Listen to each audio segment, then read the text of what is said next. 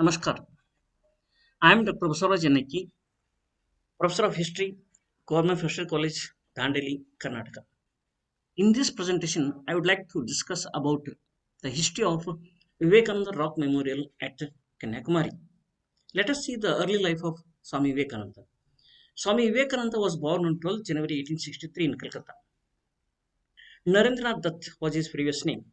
He was a Hindu monk, philosopher, author, religious teacher, and the chief disciple of the Indian mystic Ramakrishna Paramahansa. He was a key figure in the introduction of Vedanta and Yoga to the Western world, and the father of the modern Indian nationalism, who is credited with the rising interfaith awareness and bringing Hinduism to the status of a major world religion. His birthday in India is celebrated as National Youth Day. This decision to celebrate Vivekananda's birthday as a National Youth Day was taken in 1984, and it was first marked on 12th January 1985. Vivekananda was inclined from a young age towards religion and spirituality. He later found his guru Ramakrishna and became a monk. After the death of Ramakrishna, Vivekananda extensively toured the Indian subcontinent, acquiring first-hand knowledge of the living conditions of the Indians. This practice of touring India was taught to many political leaders of India. He represented India in the World Religious Conference known as Parliament of Religions in Chicago in 1893 and delivered his famous speech beginning with the words Sisters and Brothers of America while introducing Hinduism to the Americans. American newspaper described him as an orator by divine right and undoubtedly the greatest figure at the parliament. Swami Vivekananda visit to Kanyakumari. Kanyakumari, the southernmost tip of India, is around 90 kilometers away from Trivandrum and 22 kilometers from Nagarkoil, is in Tamil Nadu. The Vivekananda Rock Memorial is the most attracting spot in Kanyakumari. Swami Vivekananda has reached Kanyakumari on the 24th or 25th December 1892. In his journey from Himalaya to Kanyakumari, he had met and interacted with the wide cross sections of people, from the Maharaja to the man on the street. His love for India and her people was limitless, and he had by now spent nearly 2.5 years traveling through the country by foot, bullock cart, and rail. He first visited the temple of Kanyakumari, that is Parvati, prayed and meditated for a while. He then came out and stood on the sea shore, gazing at the sea. He saw two large rocks. Swamiji was seized with the desire to reach those rocks. He asked a few boatmen whether he could be ferried to the rock. They were ready to take him there, but Swami did not have a single paisa to pay them. What happened next was something remarkable. Without much ado, Swamiji flung into the roaring waves and swam across. The experienced boatmen were shocked to see him do this and screamed out to him to return to the shore. They warned him of the storming waves and the sharks in the ocean. But Swamiji swam safely across and stepped onto the rock. Meditation on the rock. He spent 3 days and 3 nights on that rock. There, sitting on the last stone of India, he passed into a deep meditation on the present and future of his country. He sought to understand the root of our downfall. With the vision of a seer, he understood why India had been thrown from pinnacle of glory to the depths of degradation. The single-minded monk had become transformed into a reformer, a nation builder, and a world architect. His soul brooded with the tenderness and anguish over India's poverty. What use is a religion, he thought, from which the masses are excluded everywhere and at all times? He saw that the poor had been oppressed by whatever power and changes of fortune had set over them. The dominance of the priesthood, the despotism of caste, the merciless divisions which this created in this social body, making outcasts of religion the majority of its followers. These the Swami saw as almost insurmountable barriers to the progress of the nation.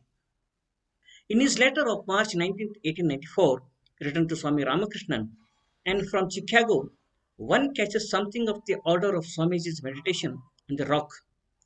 In view of all this, especially of the poverty and ignorance, I got no sleep. At Came Comarin, sitting in the Mother Kumari's temple, sitting on the last bit of Indian rock, I hit upon a plan. We are so many sannyasis wandering about and teaching the people metaphysics. It is all madness. Did not our master say, an empty stomach is no good for religion? That those poor people are leading the life of brutes is simply due to ignorance. We have for all ages been sucking their blood and trampling them underfoot. But what was the remedy? The clear eyed Swami saw that renunciation and the service must be the twin ideals of India. If the national life could be intensified in these channels, everything else would be taken care of. And it was here, after 3 days of continuous and intense meditation, that he drew up plans for his work, which was to unfold in the decade that followed. Initiation. In January 1962, on the occasion of Swami Vivekananda's birth centenary, a group of people formed the Kanyakumari committee, whose objective was to put up a memorial on the rock and a pedestrian bridge leading to the rock. Almost simultaneously, the Ramakrishna Mission in Madras began planning this memorial. However, this news was not taken in good taste by a sizable population of the local Catholic fishermen. They put up a big cross on the rock visible from the shore. This led to protest by Hindu population who said the rock was a place of worship for Hindus. A judicial probe ordered by the government of Tamil Nadu stated in unequivocal terms that the rock was Vivekananda rock and that the cross was a trespass. Then the rock was declared a prohibited area with the armed guards patrolling it. The then Chief Minister of Tamil Nadu, Mr. M. Bhaktavasalam, said that only a tablet declaring that the rock was associated with Swami Vivekananda could be put up and nothing else. With government permission, the tablet was established on the rock on 17th January 1963. So this is the front view of the temple that was built on the rock later on by Eknathji Rande. This is the side view of that temple on that famous rock. Role of Eknath Rande. The first step Eknath Rande took on being asked to take charge of the rock memorial work was to ascertain that this effort had the full support of the Ramakrishna Math and Mission. He was made the organizing secretary of the Vivekananda Rock Memorial Committee so that he was officially in charge of the Rock Memorial Mission. The immediate obstacles were Bhaktavasalam's stand that he would not allow the memorial to come up as Humayun Kabir, the then Union Minister for Cultural Affairs, had said that the natural beauty of the rock would be spoiled. Kabir's constituency was Kolkata. When Rande publicized in Calcutta that it was Kabir who was against the creation of a memorial of one of the greatest sons of Bengal, there was such a hue and cry that Kabir had to do a volte of face. However, to prevail over Bhaktavasalam's, only the Prime Minister Jawaharlal Nehru's support would do. To that end, on Lal Bahadur Shastri's advice, Rande camped in Delhi. In 3 days, he collected the signatures of 323 members of parliament in a show of all-round support for the Vivekananda Rock Memorial, which was presented to the Prime Minister. Bhaktavasalam had no option now but to allow the construction of the Rock Memorial. Bhaktavasalam had given permission only for a small 15 to 15-foot sign. Knowing his reverence for the Paramacharya of Kanchi Kamakuti Pitam, Rande approached the latter for suggesting a design of the rock memorial. Bhaktavasalam unhesitatingly agreed to the larger design approved by the Paramacharya. Once all the political hurdles were removed, construction was underway. Rande was in the forefront facing all the challenges that came his way to establish scientifically that the rock was structurally sound and could support such a huge structure on it. The logistics of carrying and transporting large blocks of stone from great distances and from the shore to the rock, provision of water and power supplies, the growing demand for the skilled artisans, craftsmen, and labor, building a jetty platforms on the rock and the shore, the de-silting around the jetty platform areas to enable bigger crafts to approach the shore and so on. Funding for the construction.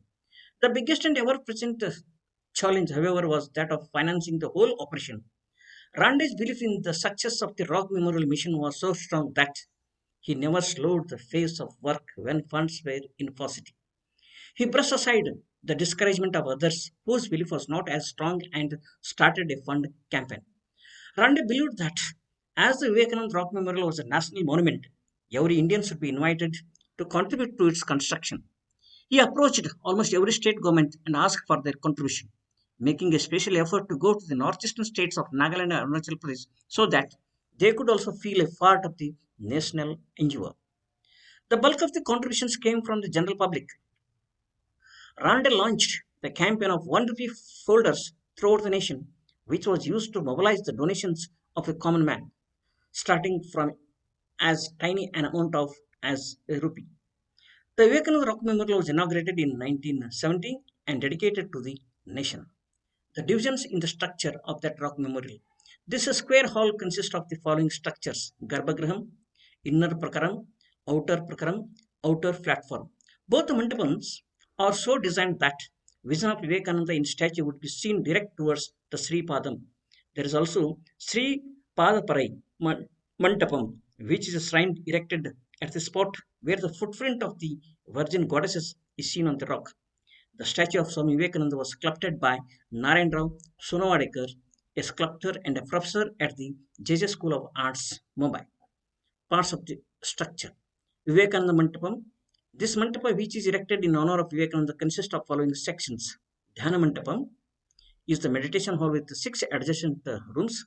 Sabha Mantapam is the assembly hall comprising the Pratima Mantapa, two rooms, a corridor, and an open prakara around the Sabha Mantapam, Mukha Mantapam, Sripada Mantapam. So this was a stamp released by the Postal Department of India in order to commemorate the rock on 26th December 1996. So this was the photo of Eknathji Rande. So let us know who was Eknathji Rande. He was born on 19th November 1914 at Timtal in Amravati district of Maharashtra. He came to Nagpur in 1920 and had his primary education. In 1926, he joined RSS as a Swayam Sevaka. In 1932, he passed his matriculation examination from New High School, Nagpur. He passed his BA with philosophy in 1938 and he became a Pracharaka of RSS at Jabalpur in the same year. In 1946, he passed LLB from Law College, Jabalpur and appointed as a Pranta Pracharaka of Mahakoshala in Madhya Pradesh. In 1948, he went underground during the ban on RSS. In 1949, he held a negotiation with Sardar Vallabhbhai Patel and others. He was imprisoned in 1949 for about a month. In 1950, he was appointed as a Kshetra Pracharaka for Purvanchal Kshetra comprising Bengal, Orissa and Assam. He did outstanding work for the refugees coming from Pakistan by establishing a very effective Vastusthara Sahayata Samiti. In 1953, he was appointed as Akila Bharatiya Pracharaka Pramukh. In 1962, All India Baudik Pramukh of RSS. In 1963, on 17 January, he was compiled a rousing call to Hindu nation containing the thoughts of Swami Vivekananda on the eve of his birth centenary. On August 18th, 1963, is appointed as organizing secretary of Vivekananda Rock Memorial Committee. In 1972, founded Vivekananda Kendra, a spiritually oriented service mission. In 1973, founded editor of Yuva Bharati, Kendra Bharati, Vivekananda Kendra Patrika, editor of revived Brahmavadin. In May 1975, I was appointed as General Secretary of Vivekananda Kendra. In 1978, President of Vivekananda Kendra. In 1982, President of Vivekananda Kendra International. And he breathed his last on 22nd August 1982. And he cremated in the Vivekanandapuram at Kanyakumari on 23rd August 1982. And his Samadhi is in the same campus. Thank you very much.